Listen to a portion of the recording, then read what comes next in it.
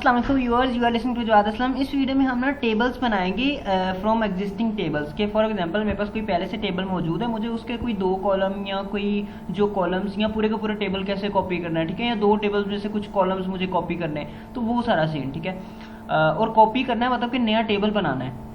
Okay अब for example मेरे पास ये एम्प्लॉय का टेबल है, इसके अंदर ना मेरे पास 4 एट्रीब्यूट्स हैं, 4 कॉलम्स हैं, नेम, एज, पे और एम्प्लॉय आईडी, ठीक है। अब मुझे ना कोई नया टेबल बनाना है और उसके अंदर ना फॉर एग्जांपल सबसे पहले तो मैं इस टेबल को कॉपी करता हूँ, वो मैं क्यूरी के जरिए करता हूँ। फॉर एग्जांपल मैं यहाँ पे लिखूंगा सिंपल क्रिएट टेबल, देन यहाँ पे न्यू टेबल का नेम क्रिएट टेबल, जो न्यू टेबल मेरा होगा, फॉर एग्जांपल मैं जवाद नाम रख देता हूँ, और यहाँ पे आप लिखोगे एज, और देन आप सेलेक्ट स्टैटिक फ्रॉम एम्प्लॉय, ठीक है।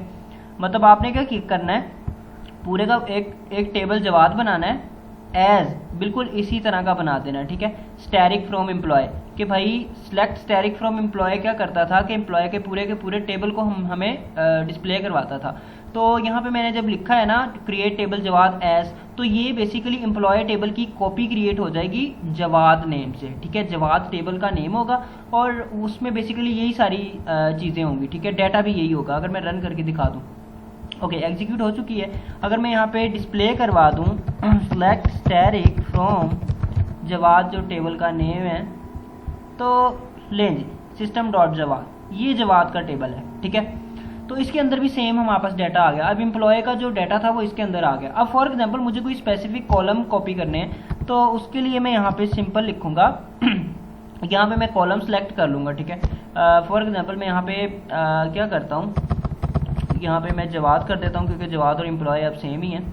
तो अब यहाँ पे ना मुझे जवाद 1, क्योंकि जवाद नाम से पहले टेबल एग्जिस्ट करता है, create table Jawad 1 as select. अब फॉर एग्जांपल जवाद में मुझे कौन कौन से कॉलम चाहिए वो मैं यहाँ पे दे सकता हूँ। मैं फॉर एग्जांपल दे देता हूँ, मुझे एक नेम का दे दो और एक एम्प्लॉय का जो आईडी है ना, ये 2 कॉलम्स चाहिए, ठीक है। तो अब जो जवाद 1 मेरा टेबल नया बनेगा ना, उसके अंदर नेम और एम्प्लॉय आईडी के 2 कॉलम्स पहले से मौजूद होंगे, ठीक है। जवाद में से इसमें से जो ये जो कॉपी होंगे, नेम और एम्प्लॉय आईडी का कॉलम कॉपी हो जाएगा जवाद 1 में, ठीक है। अगर मैं रन करके दिखा दूँ, ओके एग्जीक्यूट हो चुकी है। अब मैं करता हूँ जी सेलेक्ट स्टैटिक फ्रॉम जवाद 1, टेबल का नेम है मेरा, और मैं रन कर देता हूँ, तो लें जी 2 कॉलम्स उसके अंदर कॉपी हो चुके हैं, ठीक है, कम्प्लीटली। ओके अब फॉर एग्जांपल मुझे क्या करना है, अब यहाँ पे ना मैं कंडीशन भी यूज़ कर सकता हूँ। मैं यहाँ पे फॉर एग्जांपल क्या करता हूँ कि फॉर एग्जांपल पूरे का पूरा ही सिलेक्ट करो और यहाँ पे मैं कोई कंडीशन दे देता हूँ कि सबसे पहले तो ये जवाद है ना, ये जवाद टेबल है, मैं यहाँ पे कोई कंडीशन दे देता हूँ। For example where name like a, ठीक है, ए, ठीक है। लाइक कीवर्ड हम देख चुके हैं कि वो क्या करता है कि यहाँ पे ना वो आ जाएगा, जो भी नेम्स जो है वो ए से स्टार्ट हो रहे हैं ना, वो वाली वो सिलेक्ट करेगा, ठीक है। तो यहाँ पे ए से कौन कौन से नेम्स हो रहे हैं, अक्सा, एमन, ठीक है। ये वाले जो 2 रिकॉर्ड्स है ना, ये मौजूद होंगे अब जवाद 1 नए टेबल में, ठीक है। मैंने यहाँ पे क्या किया है, create table Jawad 2, Jawad 2 table create करो एज सेलेक्ट फ्रॉम जवाद, जो जवाद प्रीवियस टेबल है उसमें से क्या करना है, आप में से उसमें से सिलेक्ट कौन कौन सी रोज करनी है। यहाँ पे मैंने उसे कंडीशन दिया वेयर नेम लाइक, नेम हो जहाँ पे लाइक इस तरह के स्टार्ट होने वाले ए से स्टार्ट होने वाले जो भी नेम हो ना, वो वाली रोज जो है ना वो मेरे पास आ जाए जवाद 2 टेबल के अंदर। अब मैं रन करता हूँ, एग्जीक्यूट हो चुकी है। अब मैं दोबारा से टेबल डिस्प्ले करवाता हूँ Jawad 2, select static from Jawad 2 मेरा टेबल का नेम है। तो लें जी इसके अंदर अक्सा और एमन, जो ए से स्टार्ट होने वाले जो हमारी कंडीशन थी, वो उनके रिकॉर्ड्स नए टेबल के अंदर पहले से मौजूद हैं, ठीक है। तो इस तरह आप बहुत सारे सीन यहाँ पे कर सकते हो। मतलब ये तो मैंने क्या किया है, अगर मैं सारे टेबल दोबारा से डिस्प्ले करवा दूँ, सेलेक्ट स्टैटिक फ्रॉम जवाद, ठीक है, और इसी तरह मेरा जो दूसरा टेबल है और तीसरा टेबल है, जवाद 1 टेबल है और देन मेरे पास जवाद 2 टेबल है। मैं रन कर देता हूँ। ओके ये है जवाद टेबल, पूरे का पूरा एम्प्लॉय टेबल था बेसिकली, ठीक है। जवाद 1 में मैंने क्या किया, मैंने 2 कॉलम कॉपी किए, ठीक है। और जवाब 2 में मैंने क्या किया, मैंने दो रिकॉर्ड्स, मैंने वहाँ पे कंडीशन लगा दी कि भाई जो नेम ए से स्टार्ट हो रहे हैं ना, उनका मुझे रिकॉर्ड जो है वो नए टेबल के अंदर पहले से चाहिए। तो ये वो वाले नेम आ गए, ठीक है।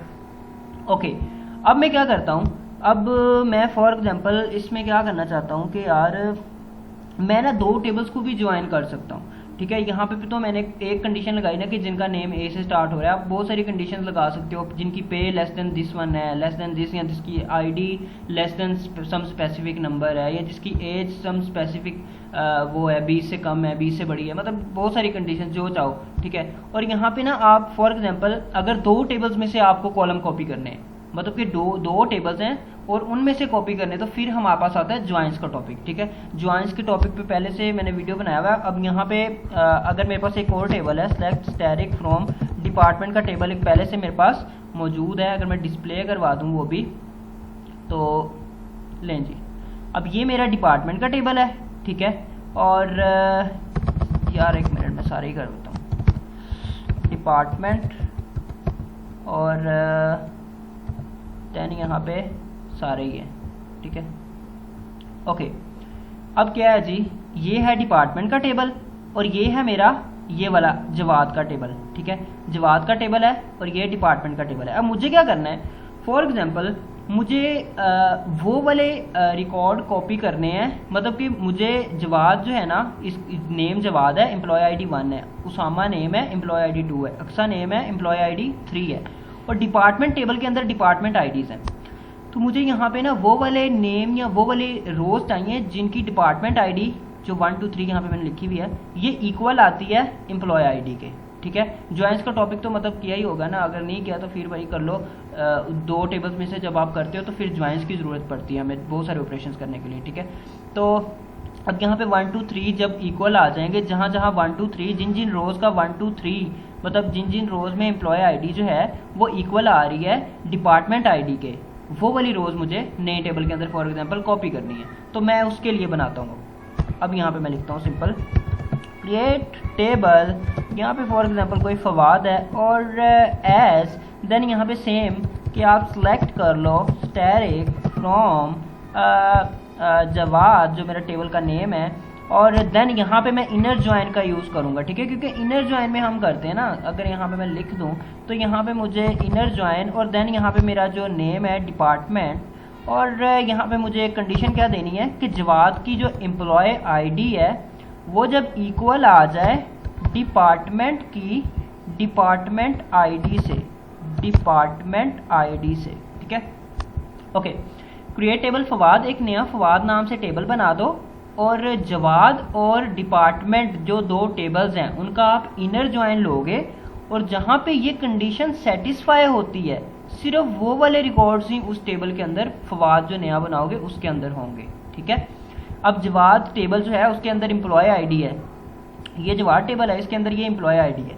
अब ये है 1 2 3 मतलब ये सारी हैं, और यहाँ पे है डिपार्टमेंट, इसके अंदर डिपार्टमेंट आईडीज़ हैं। मैंने यहाँ पे लिख दिया है कि भाई जब डिपार्टमेंट आईडी जहाँ जहाँ एम्प्लॉय आईडी के इक्वल होगी ना, वो वाली रोज़ मुझे ज़रूर चाहिए, ठीक है। तो इनर ज्वाइन में दोनों टेबल्स की कॉलम्स आते हैं, ठीक है, और उनमें से स्पेसिफिक रिकॉर्ड्स आते हैं जो मैंने यहाँ पे कंडीशन लगा दी, ठीक है।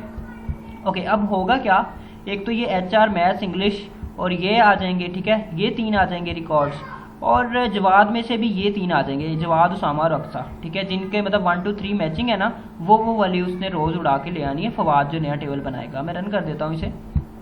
ओके ओके, अब मैं इसे एग्जीक्यूट हो गया ना यार, एक ओके हो गया एग्जीक्यूट।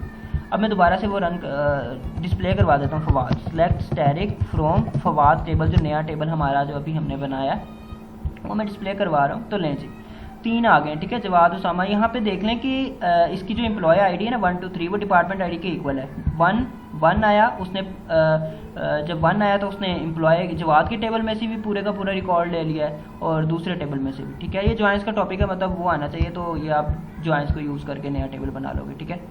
तो ये कुछ ऑपरेशंस थे हमारे जो हम कर सकते हैं इसके